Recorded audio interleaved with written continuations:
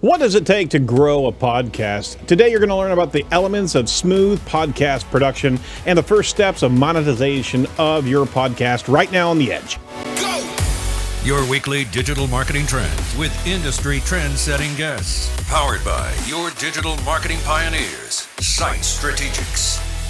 This week's featured guest is Benjamin Shapiro, host of the MarTech podcast and the Voices of Search podcast. Now, here's your host, Aaron Sparks. This is Edge of the Web Radio, episode 372. I'm your host, Aaron Sparks. Every week we bring you some of the amazing guests from around the planet to chat about digital marketing news and techniques. We unpack a key marketing topic for our digital marketing audience. So if you're a part of an agency or a freelancer or part of a firm, this show is for you. So you want to check out all of our recent shows over at edgeofthewebradio.com. That's edgeofthewebradio.com. If you're new to the show, here's some of the ropes. We do a lot on this show. We do a lot of video content, audio content. We also do a lot of transcribing and push this content into all the search lanes as well as social media. So if you're meeting us in any of those different consumption lanes, guess what? We got some treats for you. Go check out the YouTube channel because there's continued improvement in the video assets out there. We're also on all the podcasts, all the aggregators, so iTunes, Google Play, Stitcher, Spreaker, iHeartRadio, Spotify, TuneIn. On top of that, we also just got ourselves on Amazon Podcasts, so go check us out over there. And if we're not where you would like us to be from a podcast aggregation platform, let us know. We'll certainly get our RSS feed there. And also remember, there's 2 podcasts a week, so we're always breaking apart the news as a separate podcast, just so you are kept up to date with a number of topics that are happening on a regular basis. And we just talked about a website plugin, WP Bakery. If you have that on your website, you want to make sure that you update that because there are some vulnerability threats of potential JavaScript to malicious JavaScript injection if you haven't updated that. So check out the news item. We're talking about a lot of stuff here this week, but hey, check out everything over at edgeofthewebradio.com. You see the news, the show, the transcripts, and much, much more. So the title sponsor of Edge of the Web is Site Strategics, our parent company. We're the pioneers in the agile digital marketing methodology. Our core specialties are technical SEO, conversion rate optimization, social media marketing and management, as well as some strong SEM and search engine marketing methodologies. So if you're interested in what that means to you, if you're interested in what agile marketing is, basically it's results-driven marketing. So if you want to find out what we could possibly do for you, or just get a kind of a free take and check out, possible things that you could do for yourself, just give us a call at 877-SEO for Web or 877-736-4932. We'll have an hour conversation with you free of charge, and we could possibly unpack a number of things that you could use for your digital marketing success right now. In the booth, we have a couple cohorts in crime today. We actually have Jacob Mann, who's on the producer stick. We also have a newcomer to the company. Actually, her first day on the job, and she's on the mic. That's Sarah Isom. Sarah, how are you doing? Uh-oh, you're muted. All right, let's try that now. Oh, there you are. Hi, guys. How you doing? That button didn't work. Evidently not. So welcome to the company. Welcome to the show, Sarah. Thank you. You're more than welcome, more than welcome. So Sarah's jumping into the account manager as well as digital experience manager role here at Site Strategics. And of course, I'd put her on the mic and make her just flummox. And she's not. She's right there ready for us. She didn't know it was coming at all. No, she did not. And neither did you, evidently, because you... No, the buttons over here aren't working like they're supposed to. Well, that's I not have a good. hot button for this mic, and it didn't work. What's going on there? I don't know. Monday. Way to debug it live. To be honest, we were actually recording a TikTok when you. Oh, nice. We weren't paying attention. It's going to be cool, though. Yeah. It's gonna be viral. I don't think so. I don't think so. No, you don't want to do that. This 50-year-old guy is not going to make it on TikTok. I don't even know if TikTok's going to make it around that much longer. No, it's here. All right, well, good form, guys. Just want to let you know who will be coming up on the episodes here in the future. We're going to talk about schema with Dixon Jones. We're going to be talking to Christina Azarenko. Fantastic series of things that she's been putting out on social. A top-notch SEO professional. Talking to Shama Hyder and Shay Rowbottom. And we have a few more spots left in this calendar year. So if you're interested in getting on the show, let us know over at info@edgeofthewebradio.com, and we'll talk to you and see if we can plug you into our schedule. You want to make sure that you check out the recent shows that we've done with Tim Schmoyer, John Mueller, Gary Eash, and Mike King. So check out some of the older, more recent episodes, but you can also check out all the episodes that go back to the beginning of this thing, except for number one. You don't want to watch number one. That's just... that was our first show, and you know how it goes.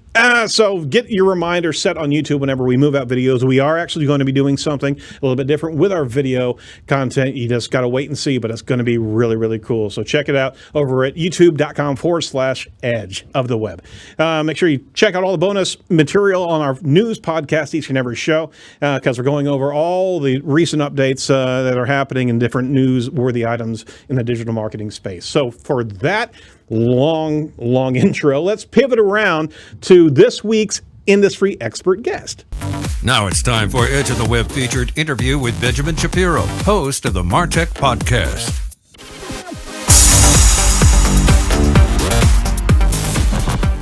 All right, so Benjamin Shapiro, you get our deep voice guy introduction. How you doing today, sir? That was amazing. It sounded wonderful. I'm going to have to give that out as ringtones for our guests. You know that. But I'll probably have to pay a licensing fee, so I'm not going to do that. Let's introduce our listeners to Benjamin. Benjamin Shapiro is the host of the MarTech and Voices of Search podcast. His two properties drive over 100,000 downloads and reach tens of thousands of marketers each and every month. Kudos for that. That's a huge success on your podcast. But Benjamin's also a brand development and marketing strategy. He's a consultant that actually left a successful career in business development at eBay, where I think you were there for 2005 to 2012, something like that. It was like 2 lifetimes. Oh I feel like I was in college twice there. Super senior. But then you jumped into Bootstrap, and you kind of bootstrapped a startup with multiple marketing teams at an early stage, VC-backed companies. And then you're doing independent consulting and content business. And you're also specializing in helping growth stage companies understand how to identify the overlap between corporate identity and customer needs to build an effective marketing strategy. So welcome to the show, sir. Aaron, it's great to be here. Excited to chat.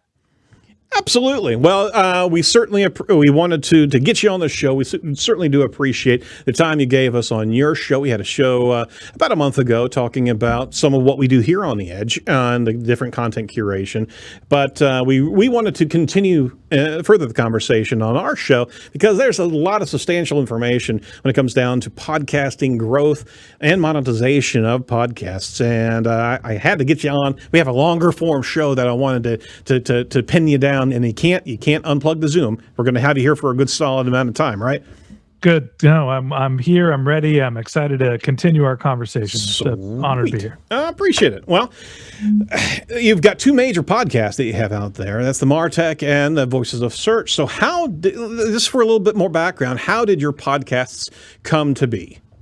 Yeah, it goes back to the consulting business that I started. I kind of flamed out of running the marketing department for VC-backed startups. Mm-hmm. I just got tired of what I was doing. There's a ton of pressure, not a lot of equity, not a lot of compensation when you're working at these early stage Silicon Valley VC-backed startups and just hoping that, your ship will come in 5 years. And I just got tired of it. So I stepped away and started just helping people figure out their marketing foundation and how to set up marketing channels, really understanding what a brand is about and then who their customers are and trying to find the overlap between the two of them. Mm-hmm. And I did it, relatively successfully, but I sort of hit a ceiling after being a consultant for, I guess it was 2-3 years. And I needed to go expand my professional network because I'd spent 3 years kind of going through and trying to work with the people that I already had relationships with. I was just running out of people. So I started a content play to try to boost my my consulting practice, and that's where the MarTech podcast came out. And it was meant to build, brand authority for the consulting practice, make some new networking connections. And I never really thought it was going to be anything more than just a marketing experiment. And after 3 months, we had like 3,000 or 4,000 downloads, and I decided to keep some of the chips on the table. And instead of trying to sell people on consulting services, I just kept trying to grow the audience. And by our 11th month, we were over 10,000 downloads and started trying to sell sponsorships. So I guess the end of the story is the consulting practice I was running ended up getting eaten by the podcast that I created to promote it. From the content itself, which is a great story, because it's a rarity that type of content production really takes fire, right? I didn't think I'd be in the media business, which has hopefully helped me figure out how to market it as well. There you go. So are you being asked from a consulting standpoint more often than not to talk about podcasting as a legitimate medium for content production? Yeah, I don't really do consulting in the same capacity I used to. It was about, interviewing people in an organization, understanding how they should describe themselves, who their customer were, and then communicating that and cultivating marketing channels. And now the only real consulting work is more advisory to how do I get my podcast set up? How do I think about growth? And so I do a little advisory work, but honestly, I'm pretty busy just trying to grow our own shows, and we're kind of playing around with the podcast network idea and expanding into creating more content. So I'm pretty focused on content production and monetization myself, as opposed to helping other people. Well, put a pin in the podcast network. I want to swing back around to that. But you have some fantastic metrics. I mean, just throwing out some of those numbers right there. That's not what usually you're seeing in podcast growth for startups. So you did have some bootstrapping of yourself, but just with the relationships that you were building. But all things being equal, what are some of the pivotal moments that you experienced during the production of the podcasts that gave you traction, and you were able to witness it as you're doing it? Yeah, I think that the milestones for me, I created about 10 episodes first, and I was running a weekly show, and so I had 10 weeks of content. I had 2 months of content. And so I was really just thinking about using that initial archive of content to evaluate whether the podcast was worth putting the effort into. Okay. And I think that was something that we did right from the beginning, was not trying to build we need to publish a piece of content, so we have to record it and publish it this week. We were already kind of playing with the lead and not focusing on content publication from day one. When we actually launched our first episode, we already knew what was going to launch. We already had the content edited. And so it allowed me to start thinking about distribution methods and running some marketing tests. So whenever I'm advising a company who's thinking about creating their podcast, first thing you need to do is go record 10 weeks of content. And, if you're going to do a daily show, that's 50 episodes. If you're going to do a weekly show, it's 10. And so, that was kind of milestone one, just getting through that initial content publication phase, looking at what your content consumption is. I think the second stage is when you start thinking about growth and you want to come up with marketing strategies. And that was really kind of month 2 or 3 to almost the 1 year mark, was just figuring out, how do we find what our niche is? How do we go find who our listeners are going to be? Right. What do we need to invest into our platform, into our marketing efforts to get our audience to be meaningful? And, then the third piece was monetization. And for us, we started selling advertising 11 months in. And so, roughly around the year mark, when we were a little over 10,000 downloads, is the milestone that I think about monetization. And there've been subsequent milestones ever since, but those are really kind of the 3 big hurdles I think about from the beginning. Very good. Very good. So as you were focused, I went back through all your episodes, and you really did. No, I didn't listen to every bloody one of them. I'm not. It's like 500 episodes now. Well, 637 to be exact. But I'm not. How do you know that? I know. I'm not a stalker or anything.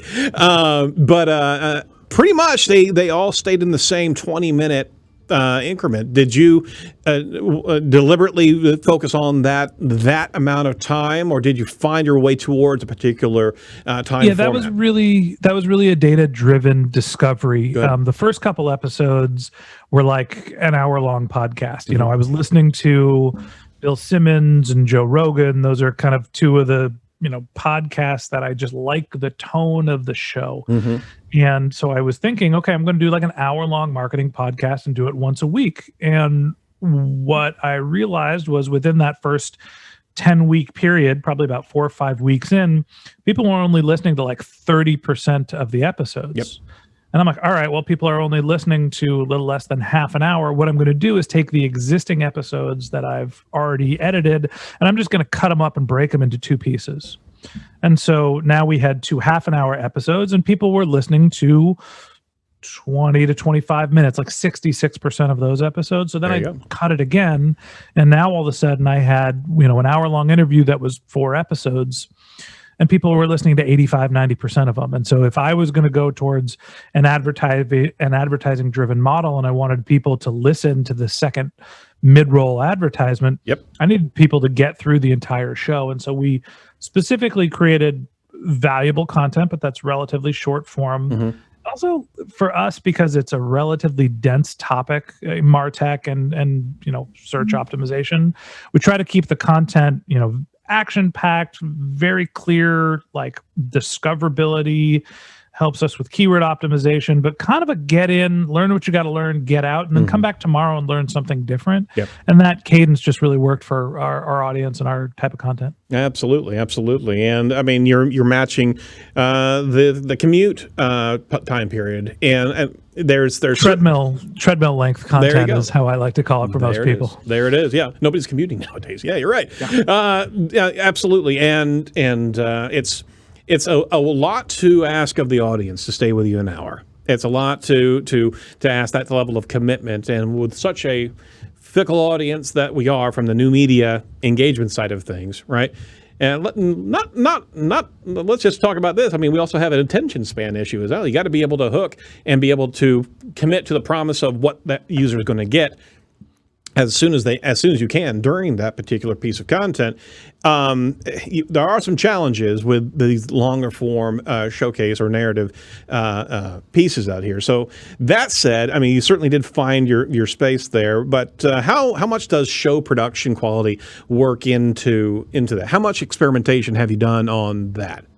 Yeah, very little, to be honest. And part of it is this didn't start off as a high budget, funded podcast VC backed thing. Sure. Right? It was I'm running a consulting business. I want to go launch a podcast, see if I can meet some people. So we specifically kept the show very light. We use the same intro. We're only in podcasts. We're not really repurposing our content. We'll get to that eventually when we want to start doing video. And we take a little of our content and we syndicate it in social, but not a ton. I mean, my mic cost $150. We use Audio Hijack and Zoom, and most of the budget that goes into production is the talent. In the sense of, we have a great editor or a couple of great editors. And then the podcast production and syndication part, we have a distributed team that's around the world that, we've kind of built a project management service that lets people know where every individual piece of content is in the production phase, so everybody knows what their responsibilities are. Perfect. But in terms of, flashy bells and whistles, like we're totally behind the curve. The Edge of the Web podcast blows our show out of the water in terms of podcast production quality. But we feel like the show is good enough, and we really just try to keep focused on what the content is. I think you got a few more downloads than us, though. So your model certainly does pay off in dividends, and breaking it apart and moving it with a particular cadence is certainly, and it has to come with project management. There's no way to do it, especially all the different pieces that you've got. There's There is something to say about the audience and what listeners are expecting now with podcasts. What's your take on that? I mean, we certainly talked about the mainstream vehicle that is now podcasting. Are our listeners still forgiving on that? Is it more quality than quantity? Is it more talent and substance of the guest and the interviewer than polish and pomp and circumstance? What's your take there? I think it's a sliding scale. If you are an incredibly talented, charismatic host, your audience is going to build more rapport with you, and they're going to, give you some flexibility, maybe on audio quality. If people are engaged, they're going to listen. Yeah. And so, the reason why we never spent more time building in, more audio or these other types of cues that are meant to drive engagement is We've had a 80% consumption rate for our podcasts, so people are listening. We just didn't sort of see a reason to overcomplicate it. And look, you can break your content up a million different ways. And, we tried to do what we thought was as little as necessary to make the show compelling and engaging. And, whether that's talent, whether it's format, whether, we just kind of got lucky, I don't know. But I think you're doing a bang. We got the right mix. Absolutely. So what are some thoughts of other growth techniques that you may have passed on, but you've seen it happen and be executed well with other podcasts? Yeah, I think of podcast growth and honestly any content business with 4 stages, right? You got to think about organic, virality, paid, and partnerships.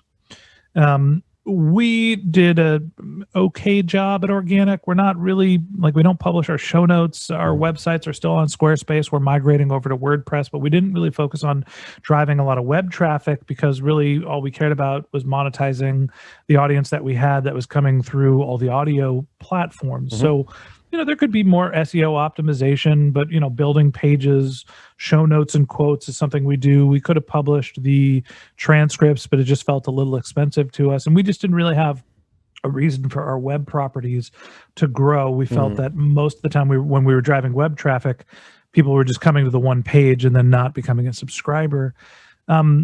So virality is really important. And to me, that's maybe one of the things that we've done really well because we have a lot of content, we have a lot of guests, and we are strategic about who we invite on the show to make sure that they have not only the ability to create great content, but also an audience to promote that content to. The people that are guests on your show, if you're doing an interview-based show, are really a marketing channel for you. And so you need to build a good rapport and make sure that, they understand what and when to share. And, there's some virality in terms of your guests, when you build an audience, how do they share the content? The word of mouth stuff's really hard to just force. It just kind of happens on its own. Maybe the thing that we did more than other podcasters is actually paid. And we bought a fair amount of advertising from day one that was audio advertising on other podcasts. So dynamic insertion. There used to be a platform called KNIT, K-N-I-T, and we would buy remnant inventory on the CNN network of podcasts. Oh, wow. For dollar CPMs.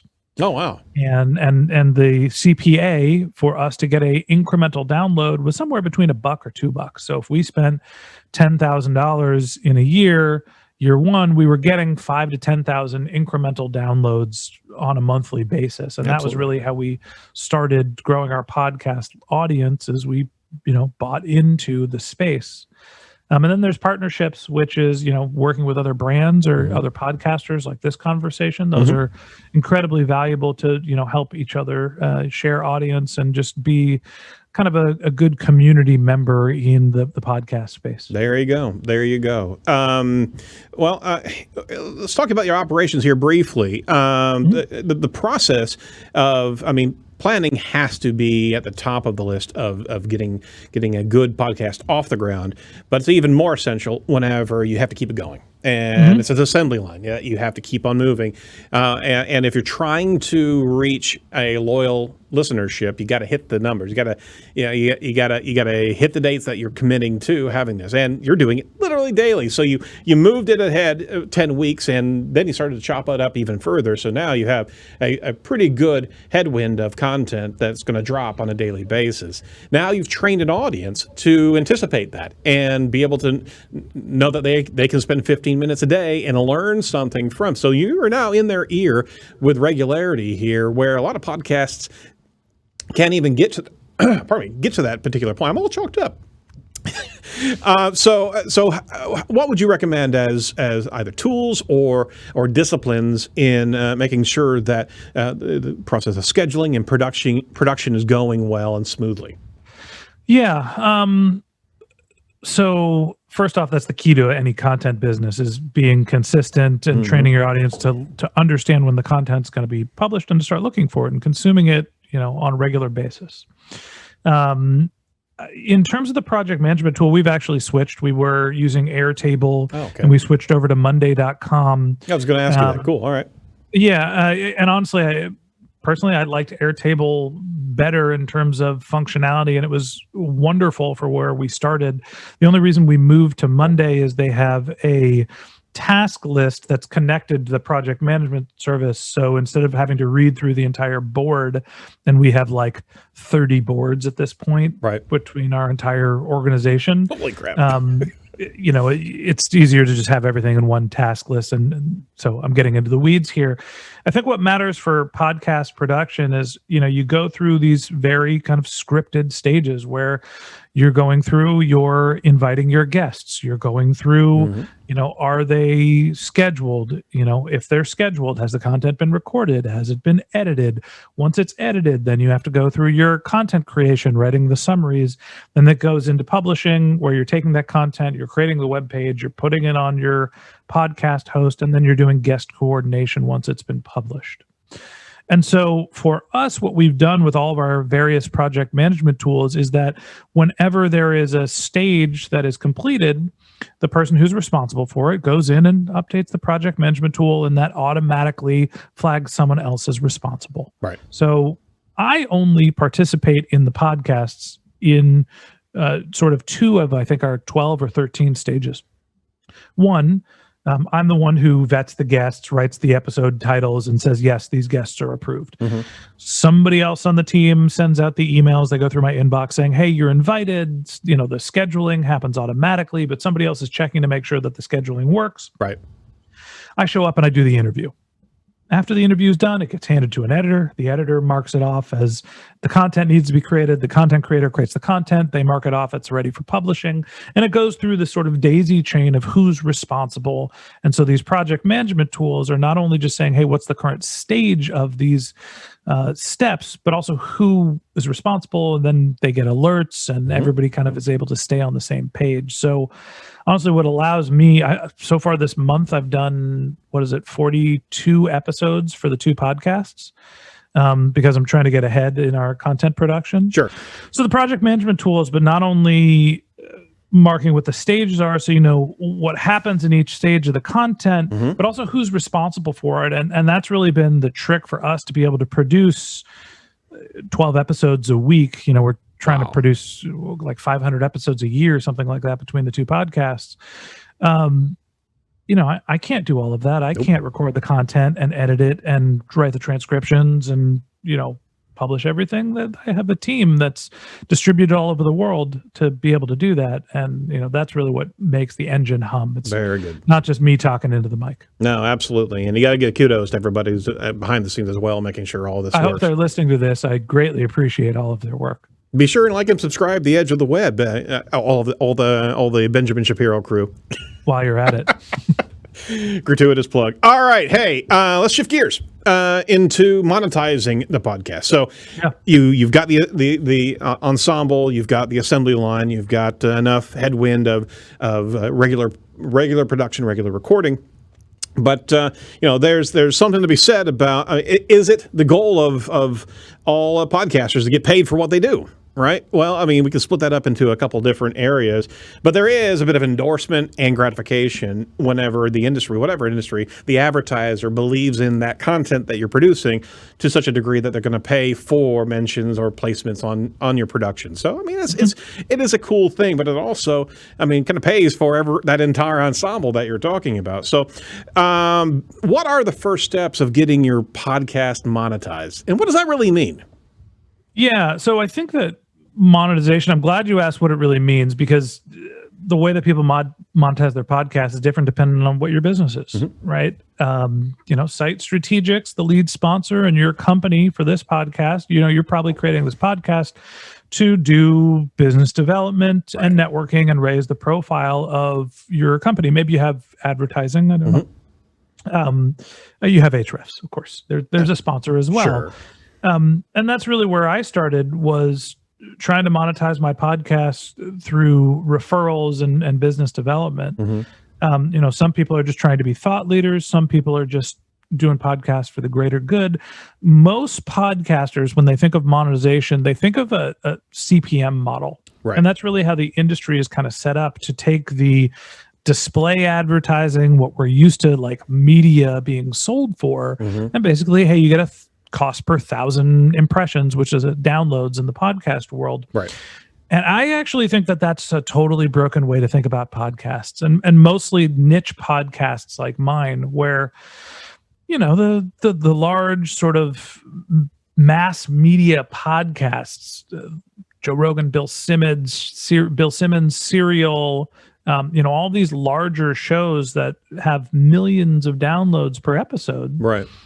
They can sell a $25 to $50 CPM because their problem is selling all of that inventory. Now, for most podcasters who are getting into monetization, if we sold for a $25 CPM, per placement, we're making a couple $1,000 a month. I can't pay the rent. I can't pay for my team doing that. So we had to come up with a different business model. Right. So, the way that we approach monetization is different.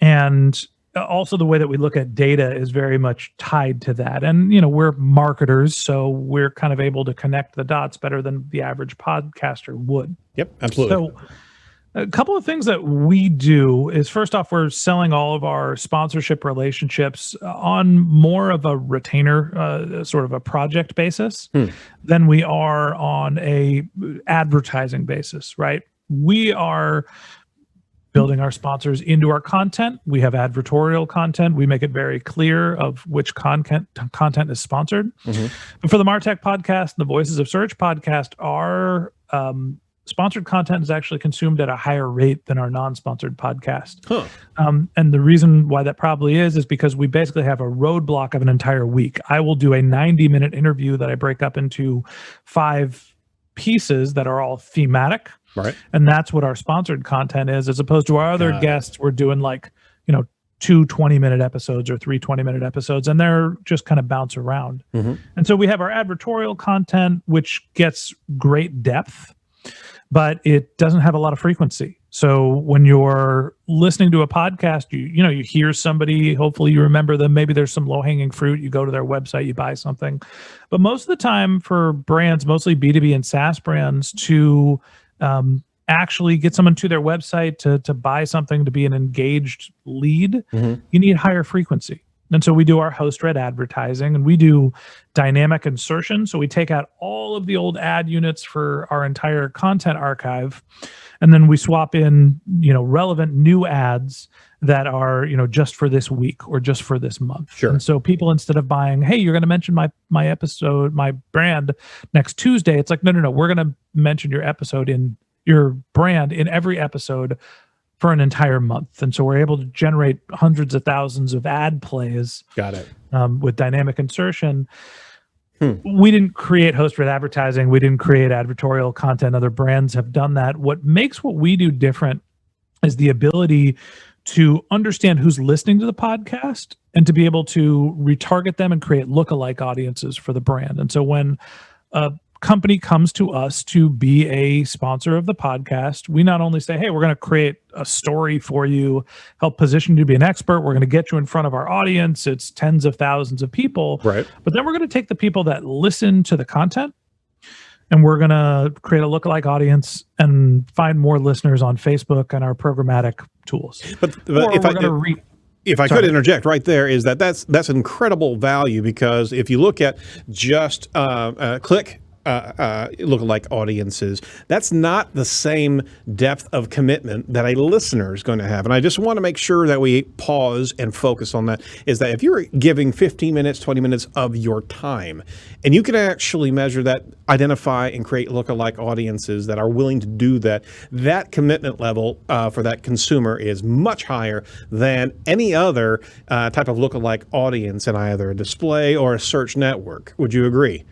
Yeah, absolutely. And we've seen the data to back that up. We can get a listener, somebody getting to our website and staying on a podcast episode page for more than 2.5 minutes for like $2. And so because we have this rich data source of like, hey, here's people that are going to be engaged, you use the programmatic and the, your performance marketing channels like Facebook. Yep. And they're great at saying, all right, I can go find thousands of people that look like your conversions. And so our cost per buying incremental listeners is low. And then what you can do is you can retarget the consumers of your content. So not only, and that to me is the big problem with podcast advertising, we have an attribution platform that tells us how many people that listen to our ads actually get to our sponsor's website. And it's roughly 1%, about 0.5% to 1.5% of the people that listen to your episode will get to your sponsor's website. But that's still twice as many as the display marketing 0.6% display CTRs. So I mean, you're already doubling that because of the niche market that you've got, right? For sure, but you can take it a step further where 1% of those people are going to get to a website and hopefully convert. Right. There's 99% of the people that had this deep, great exposure to your brand and to your content. If you have access to that audience data, you can retarget them with performance marketing ads. The problem with podcasting, you get all this depth, you get all this richness, you listen to somebody. God, you people have been listening to us for like 20 minutes already. I want to put something in front of you that you can click on because you're probably driving to work right now. And even if you were going to get to our website, if you're going to martechpod.com, you're going to forget about it by the time you get to work. But if I follow up and the next time you go onto Facebook, there is a listen to the MarTech podcast or subscribe to the MarTech podcast link, now you have something to click through. And so now we're moving from podcast advertising being this like radio ad or this billboard type thing to a programmatic direct response driven channel. And then all of a sudden we're going from, hey, let's make $2,500 a month on selling CPMs to, $10, $15, $25,000 per relationship. Fantastic. I love the project model and the kind of retainer model. There research from Podcast One in 2018 in Australia revealed up to 63% of podcast listeners will take some sort of action based on advertising or sponsorship. So that coupling effect, what you're finding is that particular audience, and on top of that, the audience that's prone to act based on those behaviors. It's a fantastic recipe, and I think there was also a podcasting audit study by Bridge Ratings that said advertisers are expected to spend $500 million on podcast ads in 2020. So we're in the space where we're no longer a CPM realm, and we should have never been, honestly, in a CPM realm for podcasting. And what you're doing is truly activating on the metrics that you're creating, the segmentations that you're creating. So there's not going to be that many podcasts that can do it like this, but you are actually way ahead of the curve to be able to teach podcasters and marketers how to actually dial that audience in. So what you just laid out is a great methodology, but that takes a lot of practice to be able to get to that degree of activation, right? I don't know if it's practice. I honestly think that it's the right tool set. And, the more that you are focused on taking the data that you have and moving the customers or your sponsors' prospective customers down the funnel, the more you're able to charge. If I'm just going to mention a brand on my podcast, and not be able to provide any analytics, any attribution. I'm just, hey, I mentioned you and 10,000 people or so. I don't know how many real people it is. I can tell you the downloads. That's not a person. I'm going to mention you and hopefully you see some business results. Well, I can't really charge that much for that. Right. But if I'm going to say, hey, I'm going to do all of those marketing activities and create this piece of content for you, and then you can measure it by the number of people that actually got to your site and you can figure out an ROI, all of a sudden, it's a lot more attractive to the sponsors. There's a lot less risk for them. We did an episode with CallRail has been a long time sponsor of our podcast, and they're a marketing attribution company. Yep. And they did a study, not only taking our attribution data that we provide to our sponsors, but then they asked for the IP addresses for the people that were exposed to their ads. And they ran their own monetization, basically an ROI study. And they found that they saw an 8x return on investment from what the MarTech podcast was charging them. And it was a 5-figure relationship, right? So they're talking, to use round numbers, if we charge them $10,000, they made 80. Amazing. And that was their highest ROI channel. So the ROI is there. The value of the medium is incredibly high. The problem with podcasting is most people don't know how to take the data and evaluate the value that they're creating for their sponsors. And so we get pigeonholed with this, CPM model that the display advertising channels used to, or how we used to sell billboards. Right. It's just not right. And that's absolutely the way we need to actually move marketing on all podcasts. There still is brand alignment. There still is this additional ubiquitous factor of I'm moving my brand right next to your listeners and what they're consuming from a product or a service standpoint. And there's a longevity play of relationship, very similar to if you're to advertise for a season in a sports stadium or something like that. I mean, the ROI is nowhere near measurable, but the brand alliance, the visual proximity, is certainly a factor that can get into the consumer's mind. How do you demonstrate that type of ROI? Though, can you? You really can't define brand. I mean, there are lift studies that are available in the podcast attribution platforms now. And you can also use multi-channel attribution platforms to evaluate what influence your marketing efforts had on some of the other channels. It's always going to be hard to evaluate word of mouth. Sources that are deriving direct traffic are challenging to get into. But you can understand the influence that your podcast efforts had on some of the other channels because you're getting enough data to be able to say, all right, here's my podcast direct conversions, and here's the incremental lift when we were podcasting as opposed to weren't. So LeadRx? That's the platform that I saw the other day. That looks awesome. Haven't tested it personally, but can tell you what impact your podcasting had on your paid search performance, and that's when you're really getting to become a sophisticated marketer. Absolutely. So my third lock to untumble here is information regarding the advertiser. So if you could put your hat into the advertiser headspace, I gave some stats here just recently about what people are paying for, what advertisers are paying for in 2020. And we're going to leave the dreaded CPM model aside because it's just not a level of maturity in this space. Nor should it be actually to the digital space to begin with. I'll be honest, CPM's not going away. Yeah, I know. Because Spotify is going to buy all the podcasts and they're going to sell their ads on a CPM model. But yeah, for the independent guys, CPM's not going to work. No. So what would you recommend for the advertisers on podcasts? What should they be looking for? Now, this is all, what we just went through is kind of a precursor to this. They got to have a level of astuteness or knowledge into the digital space. But how would you arm an advertiser that's looking to actually advertise in the podcast space, whatever niche is? What should they be looking for? I'm going to give you the worst answer I possibly can. It depends. It depends on the business model, right? If you are an advertiser that is marketing a ubiquitous product, if you're selling toilet paper, you want cheap remnant inventory because your ads are relevant to everyone. Right. And you just need tonnage and volume if you're going to measure it on direct response. If you are a B2B SaaS product, Sure. and you're selling to marketers, right? That's our target market.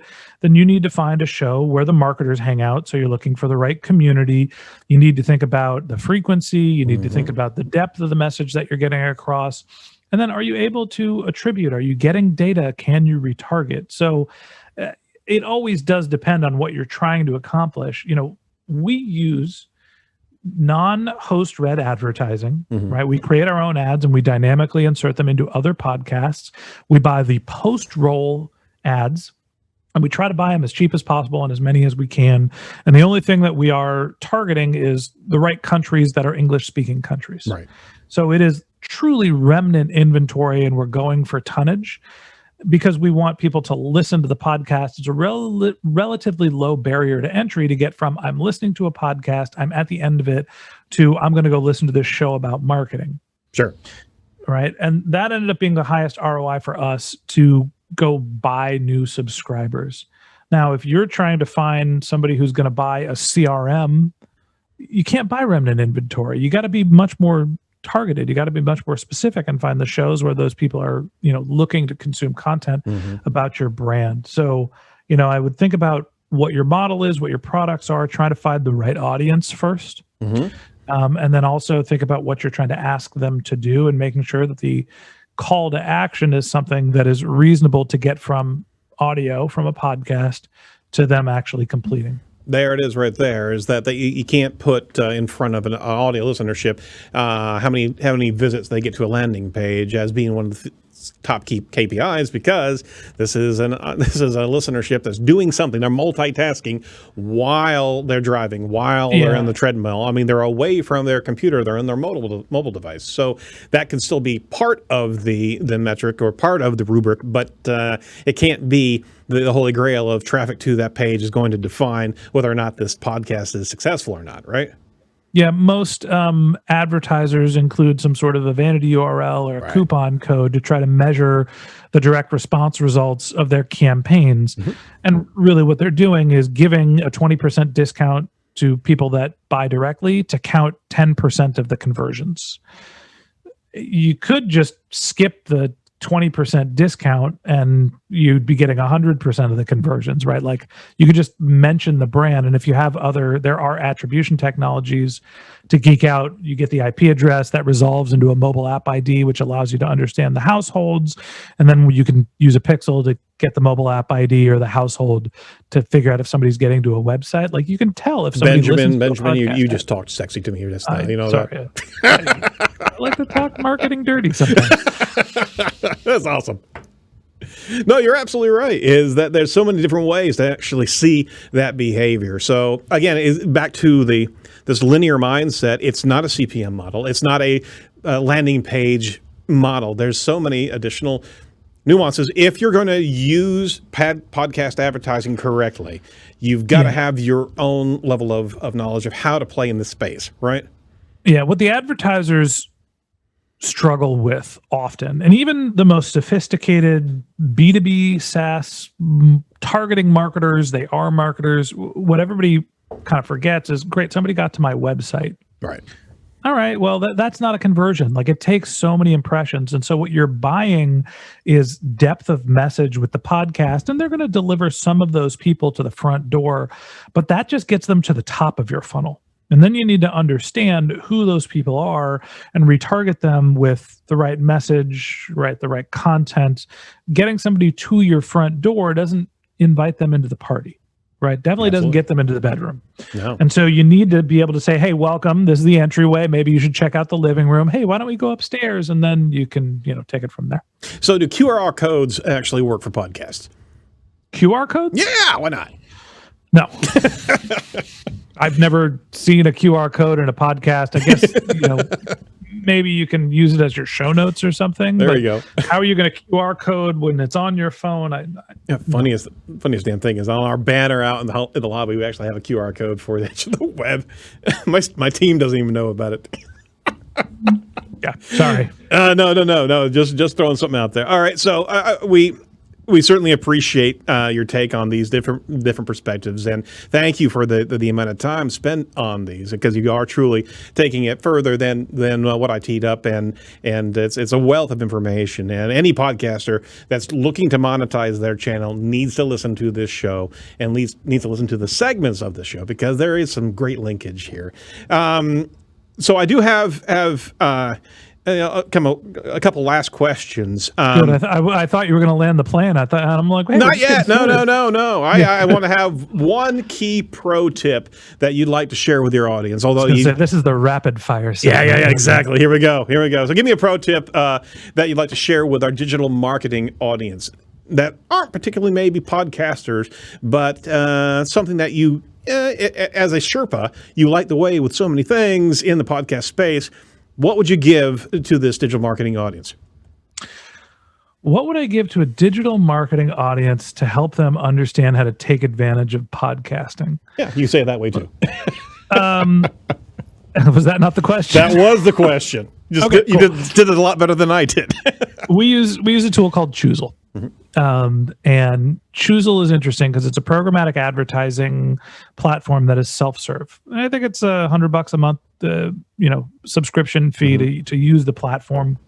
And what Choozle allows you to do is basically run your own programmatic ads without having to go through an agency. So it is basically Facebook for the open web, but they also have access to a ton of podcast inventory. And so that will allow you to go, you can basically upload a retargeting audience. Hey, we have this many people's email addresses. We're going to drop it into this platform, and then we're going to create an audio ad, and now we can retarget them with our audio ad. And so you could be really, really precise, or you can do run-of-network stuff. That's pretty much what we do to market our podcast. But I think it's a really powerful platform. If you decide to sign up with Choozle, hey, I'm going to throw it out there. We have an affiliate relationship with them or referral relationship, so tell them we sent you. Just mentioned the MarTech podcast, but that is wow, that was beautiful. Well done. But like affiliate aside, use them, don't use them, I don't care. Sure. Right? If you spend $5,000, I think we get 1,000, and you probably shouldn't put in $5,000 into advertising to test the channel at first. So if it works, keep buying. But very cool. That's how we are buying our audience. So, that's where we do our performance marketing in audio advertising for the MarTech podcast. Very good. Very good. All right. So final questions. What excites you about your industry right now? Man,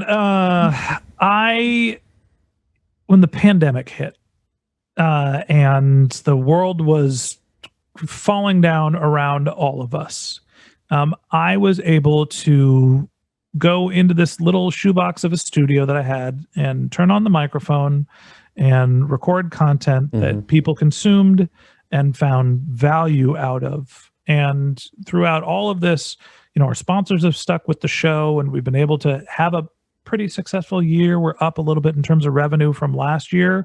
And considering the circumstances of being an independent consultant or running a business of one, and how the economy has been so uncertain, getting in front of this microphone and being able to talk marketing and being able to make a living from it shows me that the podcast medium is not going away, and the trajectory is up and to the right. And that somebody with a Yeti Blue USB microphone and a laptop can create a monetizable business that can withstand a global pandemic. I think that talks a lot about the opportunity that is available in the podcast space. Absolutely. Kudos for that. That's a good summary right now. Conversely, what bugs you about your industry right now? I wish Apple would allow us, and Spotify as well, to understand when we are marketing our podcast, which marketing channel drives the subscribers. The walled garden problem does not help us understand how to effectively market our content. All right. Well, thank you. I appreciate all the words of wisdom here. Is there anything that we can promote for you or your advertisers for that matter? Well, we covered Ahrefs in our, I think it was the last episode. Yeah. They're a sponsor of the podcast. But,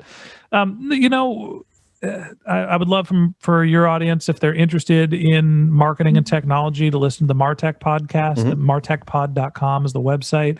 If you're into SEO, we do a daily show called The Voices of Search. Voicesofsearch.com. You can find us Twitter, Instagram. My handle is Ben J. Shap, BenJShap. We're always looking for great guests. We're always looking for sponsors. If you're a B2B marketing company looking for ways to take advantage of podcasts, but we just try to create good content, and the rest of it sort of sorts itself out. And so if you're interested in marketing and search, hopefully we have some content for you. Very good. This is the Benjamin Shapiro, not to be confused with the other Ben Shapiro, just to let everybody know. I did have the name first. You did, absolutely. You're not nearly as controversial either. I have my moments. Oh, all right. Well, thank you so much for your time today, Benjamin. And we certainly give you kudos for what you've done in the marketing space. And if there's any way that we can help you in the future, you let us know. All right. I appreciate it, Aaron. Great to be your guest. Thanks for having me on your show. You're more than welcome. More than welcome. Be sure to check out all the trending news that we'll cover with Benjamin Shapiro in the bonus news podcast episode and the bonus YouTube upload that we push out there. Those will probably be out in the next few days. And if you want to follow Ben, you can follow him on Twitter at Ben J. Shap, as well as LinkedIn at Ben J. Shap as well.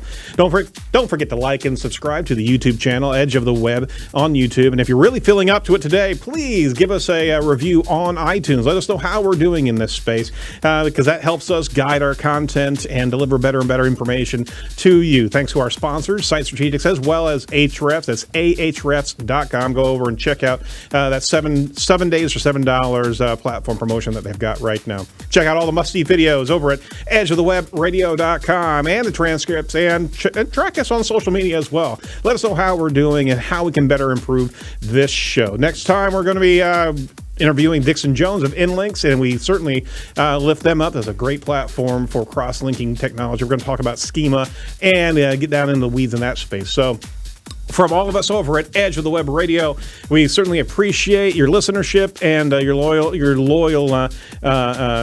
being loyal with us for 9 years has been fantastic. And we're going to be coming up on our 10-year anniversary in February. We're going to be doing a number of really cool things with the show here soon. So from all of us over at Edge of the Web, be safe, be well, and do not be a piece of cyber driftwood. We'll talk to you next week. Bye-bye.